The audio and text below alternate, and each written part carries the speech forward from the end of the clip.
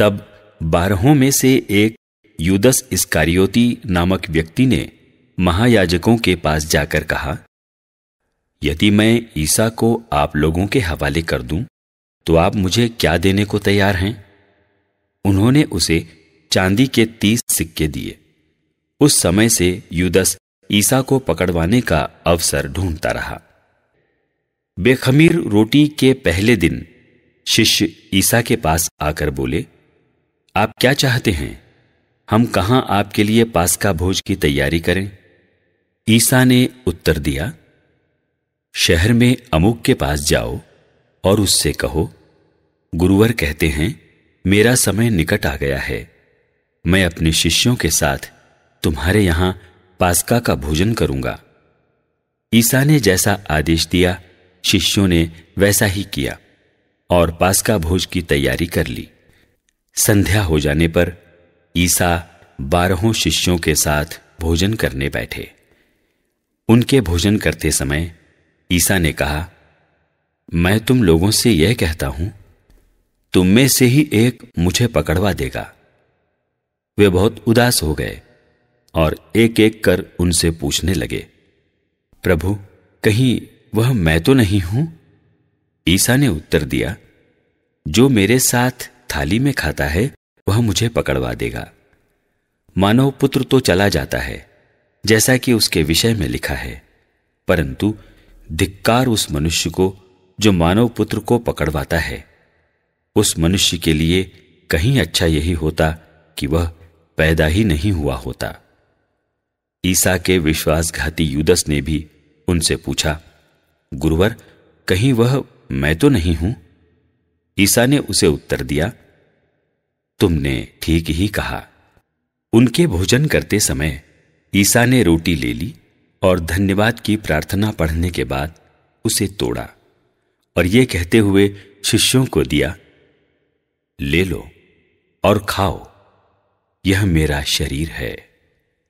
तब उन्होंने प्याला लेकर धन्यवाद की प्रार्थना पढ़ी और ये कहते हुए उसे शिष्यों को दिया, तुम सब इसमें से पियो, क्योंकि यह मेरा रक्त है, विधान का रक्त, जो बहुतों की पाप क्षमा के लिए बहाया जा रहा है।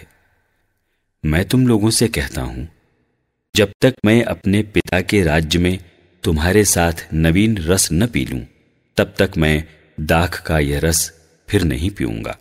भजन गाने के बाद वे जैतून पहाड़ चल दिए। उस समय ईसा ने उनसे कहा, इसी रात को तुम सब मेरे कारण विचलित हो जाओगे, क्योंकि यह लिखा है, मैं चरवाहे को मारूंगा और झुंड की भेड़ें तितर बितर हो जाएंगी। किंतु अपने पुनरुत्थान के बाद मैं तुम लोगों से पहले गलीलिया जाऊंगा। इस पर पेतरुस ने ईसा से कहा, आपके कारण चाहे सभी विचलित हो जाएं, किंतु मैं कभी विचलित नहीं होऊंगा। ईसा ने उसे उत्तर दिया, मैं तुमसे यह कहता हूं, इसी रात को मुर्गे के बांग देने से पहले ही तुम मुझे 3 बार अस्वीकार करोगे। पेतरुस ने उनसे कहा, मुझे आपके साथ चाहे मरना ही क्यों न पड़े, मैं आपको कभी अस्वीकार नहीं करूंगा। और सभी शिष्यों ने यही कहा। जब ईसा अपने शिष्यों के साथ गेतसेमनी नामक बारी पहुंचे, तो वे उनसे बोले, तुम लोग यहां बैठे रहो, मैं तब तक वहां प्रार्थना करने जाता हूं। वे पेतरुस और जेबेदी के 2 पुत्रों को अपने साथ ले गए। वे उदास तथा व्याकुल होने लगे और उनसे बोले, मेरी आत्मा इतनी उदास है कि मैं मरने को हूं। यहां ठहर जाओ और मेरे साथ जागते रहो। वे कुछ आगे बढ़कर मुंह के बल गिर पड़े और उन्होंने यह कहते हुए प्रार्थना की, मेरे पिता, यदि हो सके तो ये प्याला मुझसे टल जाए, फिर भी मेरी नहीं बल्कि तेरी ही इच्छा पूरी हो। तब वे अपने शिष्यों के पास गए और उन्हें सोया हुआ देखकर पेतरुस से बोले, क्या तुम लोग घंटे भर भी मेरे साथ नहीं जाग सके? जागते रहो और प्रार्थना करते रहो, जिससे तुम परीक्षा में न पड़ो। आत्मा तो तत्पर है, परंतु शरीर दुर्बल।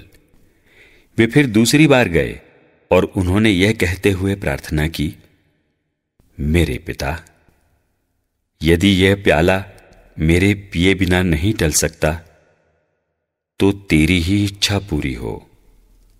लौटने पर उन्होंने अपने शिष्यों को फिर सोया हुआ पाया, क्योंकि उनकी आंखें भारी थीं। वे उन्हें छोड़कर फिर गए और उन्हीं शब्दों को दोहराते हुए उन्होंने तीसरी बार प्रार्थना की।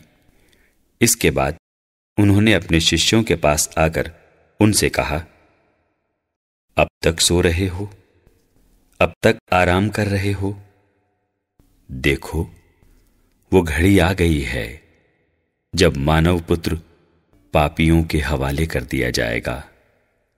उठो, हम चलें, मेरा विश्वासघाती निकट आ गया है। ईसा यह कह ही रहे थे कि 12 में से एक यूदस आ गया। उसके साथ तलवारें और लाठियां लिए एक बड़ी भीड़ थी, जिसे महायाजकों और जनता के नेताओं ने भेजा था। विश्वासघाती ने उन्हें यह कहते हुए संकेत दिया था, मैं जिसका चुंबन करूंगा वही है, उसी को पकड़ना। उसने सीधे ईसा के पास आकर कहा, गुरुवर प्रणाम, और उनका चुंबन किया। ईसा ने उससे कहा, मित्र, जो करने आए हो कर लो।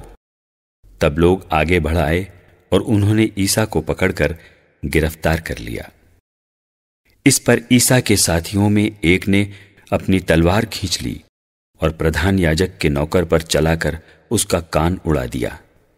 ईसा ने उससे कहा, तलवार म्यान में कर लो, क्योंकि जो तलवार उठाते हैं वे तलवार से मरते हैं। क्या तुम यह समझते हो कि मैं अपने पिता से सहायता नहीं मांग सकता? तब क्या वह अभी मेरे लिए स्वर्गदूतों की 12 से भी अधिक सेनाएं नहीं भेज देगा? लेकिन तब धर्म ग्रंथ कैसे पूरा होगा? उसमें तो लिखा है कि ऐसा ही होना आवश्यक है। इसके बाद ईसा ने भीड़ से कहा, क्या तुम लोग मुझे डाकू समझते हो, जो तलवारें और लाठियां लेकर मुझे पकड़ने आए हो? मैं तो प्रतिदिन मंदिर में बैठकर शिक्षा दिया करता था, फिर भी तुमने मुझे गिरफ्तार नहीं किया। यह सब इसलिए हुआ कि नबियों ने जो लिखा है वह पूरा हो जाए। तब सभी शिष्य ईसा को छोड़कर भाग गए। जिन्होंने ईसा को गिरफ्तार कर लिया था, वे उन्हें प्रधान याजक कैफस के यहां ले गए, जहां शास्त्री और नेता इकट्ठे हो गए थे। पेतरुस कुछ दूरी पर ईसा के पीछे पीछे चला।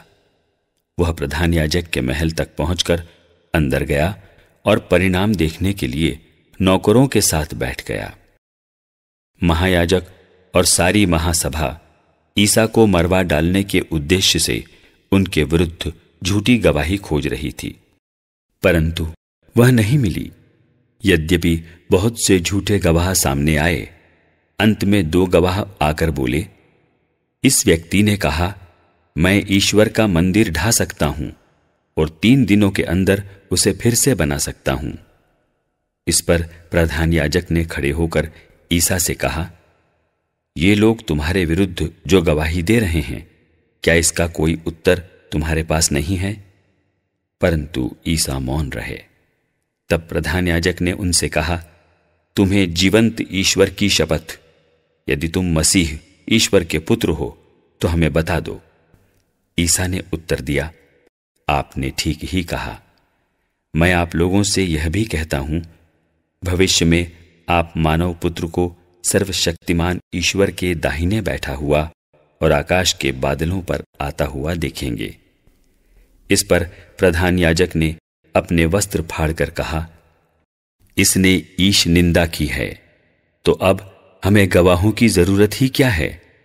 अभी अभी आप लोगों ने ईश निंदा सुनी है, आप लोगों का क्या विचार है? उन्होंने उत्तर दिया, यह प्राणदंड के योग्य हैं। तब उन्होंने उनके मुंह पर थूका और उन्हें घूंसे मारे। कुछ लोगों ने उन्हें थप्पड़ मारते हुए यह कहा, मसीह यदि तू नबी है तो हमें बता, तुझे किसने मारा है। पेतरुस उस समय बाहर प्रांगण में बैठा हुआ था। एक नौकरानी ने पास आकर उससे कहा, तुम भी ईसा गलीली के साथ थे। किंतु उसने सबके सामने अस्वीकार करते हुए कहा, मैं नहीं समझता कि तुम क्या कह रही हो।